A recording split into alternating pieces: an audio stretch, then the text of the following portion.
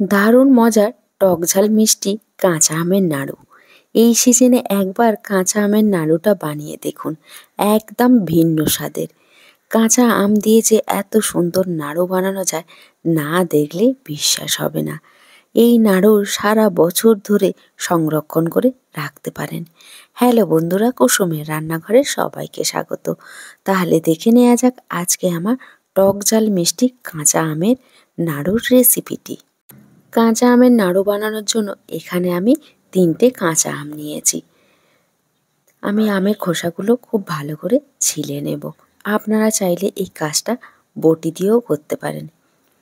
খুব ভালো করে কিন্তু এই আমের খোসাটা ছিলে নিতে হবে। আমের খোসাটা ছিলে আমি জলের মধ্যে ভিজিয়ে রেখে দেব। খুব ভালো করে জল দিয়ে ধুয়ে নিয়েছি। তারপরে আমগুলোকে গ্রেট করে নেব। আমি একটা গ্রেটার নিয়েছি।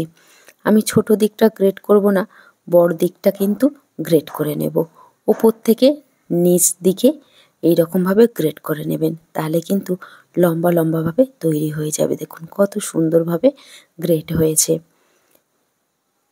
আপনাদের কাছে গ্রেটার না থাকলে আপনারা এই কাজটা ছুরি কিংবা বটি দিয়েও করতে পারেন। দেখুন আমি কিন্তু একইভাবে সবগুলোকে গ্রেট করে নেব। দেখুন কত সুন্দরভাবে গ্রেট হয়েছে। আমার সব আমগুলো গ্রেট করা হয়ে গেছে। একদম কিন্তু লম্বা লম্বা করে গ্রেট করে নিয়েছি। দেখুন এইভাবে কিন্তু গ্রেট করে নিতে হবে। তারপরে সামান্য লবণ দিয়ে খুব ভালো করে আমের সঙ্গে মাখিয়ে নেব। আমের সঙ্গে লবণটা মাখিয়ে নিলে টক ভাগটা অনেকটাই কিন্তু কমে যায়। যেহেতু আমি নাড়ু বানাবো টক মিষ্টি ঝাল, ওই জন্য টকটা একটু কমে যাবে। তারপরে একটু জল দিয়ে ধুয়ে নেব।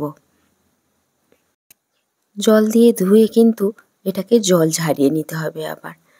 তার জন্য এখানে আমি একটা ছাঁকনি নিয়েছি, জলটাকে ঝারিয়ে নেব। দেখুন আমি জলটাকে নেগড়ে নেগড়ে জলটাকে এই ছাঁকনি দিয়ে আবার রেখে দেব 5 মিনিটের জন্য। তারপরে একটা বোলের মধ্যে নিয়ে নেব। 3টে আমের জন্য এখানে আমি 1 কাপ চিনি নিয়েছি। চিনিটা নিয়ে খুব ভালো করে আমের সঙ্গে মাখিয়ে রেখে দেব 10 থেকে 15 মিনিটের জন্য। আমের নাড়ুটা বানানোর জন্য এখানে একটা মশলা তৈরি করে নেব। 1/2 চামচ গোটা জিরে, 1/2 চামচ গোটা ধনে আর একটা শুকনো লঙ্কা। খুব অল্প পরিমাণ মশলা দিয়ে এই নাড়ুটা কিন্তু আমি বানিয়ে নেব। দেখুন হালকা আঁচে একটু ভেজে নেব। খুব কড়া করে কিন্তু ভাজবো না, হালকা করে ভাজা হয়ে গেছে। এটাকে আমি গুঁড়ো করে নেব। ফিরে এলাম 15 মিনিট পরে। 15 মিনিট পরে দেখছি দেখুন চিনিটা কিন্তু একদমই গলে গেছে। তারপরে এখানে আমি দিয়ে দেব 1 চিমটি হলুদ কালারের জন্য। তারপরে সামান্য একটু কাশ্মীরি লঙ্কার গুঁড়ো। তারপরে যে মশলাটা বানিয়ে রেখেছিলাম সেটাকে দিয়ে দিয়েছি। দিয়ে খুব ভালো করে আমের সঙ্গে আমি মিশিয়ে নেব। দেখুন এটা মেশানো হয়ে গেছে। তারপরে একটা ফ্রাই প্যান নিয়েছি, আমটাকে ঢেলে দেব। মিডিয়াম হিটে রেখে এটাকে আমি 5 মিনিটের জন্য সিদ্ধ করে নেব। অবশ্যই করে কিন্তু মিডিয়াম হিটে রাখবেন। 5 মিনিট পরে খুলে দেখছি দেখুন আমটা কিন্তু আমাদের অনেকটা সিদ্ধ হয়ে গেছে। এইভাবে কিন্তু আমি এবার অনবরত নাড়তে থাকবো যতক্ষণ না যে চিনির জলটা আছে শুকিয়ে না যায়। লো টু মিডিয়াম হিটে রেখে কিন্তু এই কাজটা করতে হবে।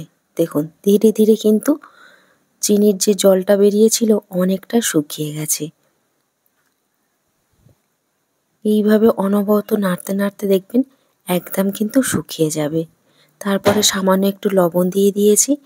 আর আমের নাড়ুটা ভালো থাকার জন্য এখানে আমি 1/2 চামচ ভিনিগার দিয়ে দেব। ভিনিগারটা দিয়ে খুব ভালো করে আবারও নেড়ে নেব। এই নাড়ুটা কিন্তু আপনারা সারা বছর সংরক্ষণ করে রাখতে পারেন। দেখুন ধীরে ধীরে কিন্তু আমের জলটা অনেকটাই শুকিয়ে গেছে।